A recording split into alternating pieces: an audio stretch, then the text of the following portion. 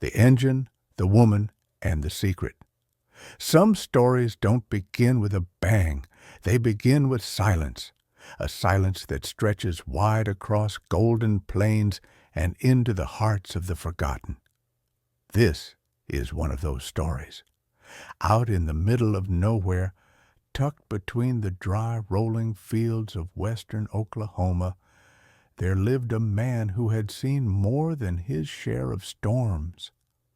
Not just the kind that shake the windows and flood the dirt roads, but the kind that tear through your soul and leave you rebuilding from scratch. His name was Jack Holden. 42 years old, former Marine, widower, father, and the best mechanic for 50 miles in any direction. Each day for the past 7 years, Jack rose at dawn to the sound of the wind scraping against his tin roof. He'd brew black coffee, strong, bitter, like he liked it, and wake his daughter Ellie for school. She was 8 years old and sharp as a tack, with her mother's eyes and her father's stubbornness. After the morning rush, Jack would head to his workshop, a weathered old barn on the edge of his property that smelled of oil, sweat, and memory. Jack didn't talk much, not anymore, not since the accident. His wife, Lena, died in a hit-and-run just outside Tulsa. Officially, it was declared an accident. But unofficially, Jack never believed it. She wasn't even supposed to be on that road. She didn't drive that route. She was careful, always had been. Something never sat right with him. But without evidence, all he had were questions. And questions were like rust. They ate at him slowly from the inside. So he did what he knew best. He worked, fixed broken things, changed oil, tuned engines, and kept his world small until the day it exploded. It was just after noon on a Tuesday. The sun was hot, the cicadas louder than usual, and Jack was elbow-deep in the guts of a Chevy Silverado. That's when he heard it, a low, thunderous hum. Not thunder, not a plane, a helicopter. He stepped out of the garage, squinting into the sky. There, descending fast, was a sleek black helicopter, military grade, no markings. Jack's jaw tightened.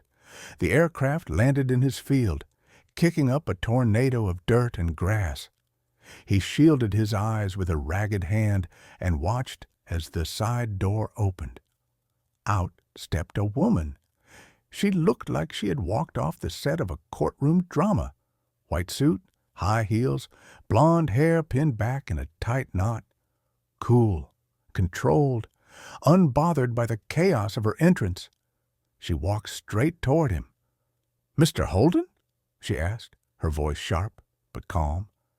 Jack didn't answer, not right away. "I have a car problem," she said, gesturing toward a silver Lexus on the dirt road, just visible through the dust. Jack raised an eyebrow. "So you brought a chopper?" She didn't smile. "Let's just say I didn't want to be followed." Something in her eyes said this was more than a car issue, but Jack nodded. "Pop the hood." Jack towed the Lexus into his garage. It was a beautiful machine, too beautiful for a backroad breakdown, and too new to fail like this. He opened the hood. What he saw made his stomach twist. A sensor was deliberately unplugged, a wire clipped clean. This wasn't a breakdown. It was a setup. He looked up at her. "You did this yourself?" She didn't answer. Jack wiped his hands on a towel. "You wanted to stop. Here." The woman nodded slowly. "I needed your help. I couldn't go anywhere else." Jack narrowed his eyes. "Why?" She looked at him and said the words that changed everything. "Because I know the truth about your wife."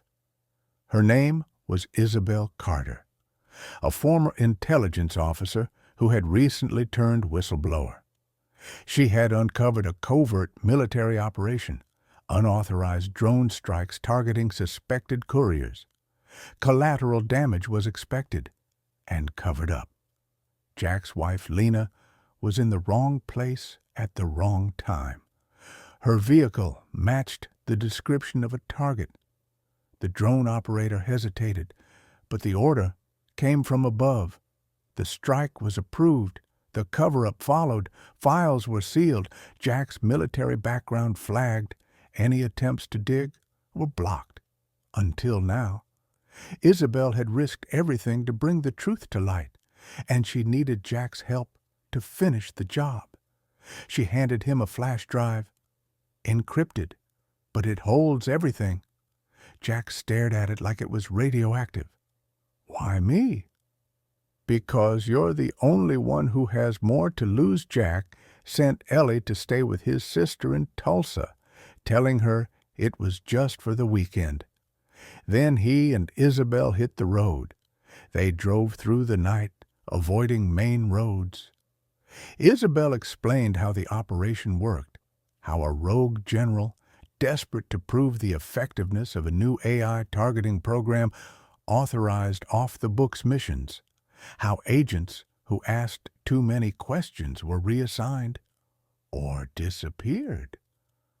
Jack listened not just to her words, but to her silence. She was afraid, but not for herself, for the truth, for him. In Amarillo, they were spotted. A black SUV followed them for 20 miles. Isabel noticed it first. Jack took a sharp turn, then another. The SUV followed. Gunshots cracked. Tires squealed.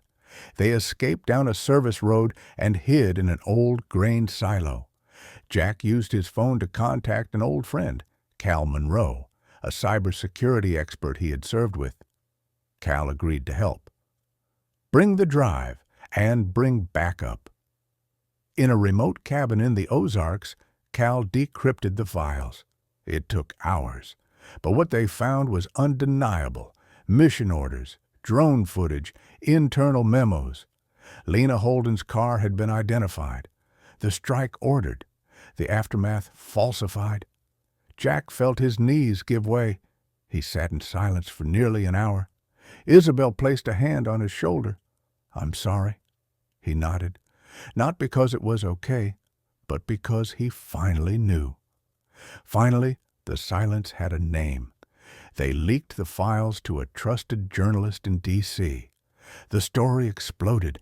News outlets swarmed. Lawmakers demanded hearings. The rogue general resigned, but not before issuing a warning. "You've made enemies, Mr. Holden." Jack didn't flinch. "I've faced worse." Isabel entered witness protection. Jack refused. "I've hidden too long." The sound of peace weeks passed. Jack returned to his farm. Ellie came home. The garage reopened. Locals came by with old engines and questions about the news. Jack answered honestly, calmly. He had nothing left to hide. Isabel sent letters, safe, grateful, healing, and sometimes at night, when the wind was just right, Jack would hear the sound of distant rotors. He didn't flinch, not anymore. Some engines break so we can learn how to rebuild. Some truths shatter so we can start again. And sometimes a woman in white brings more than mystery.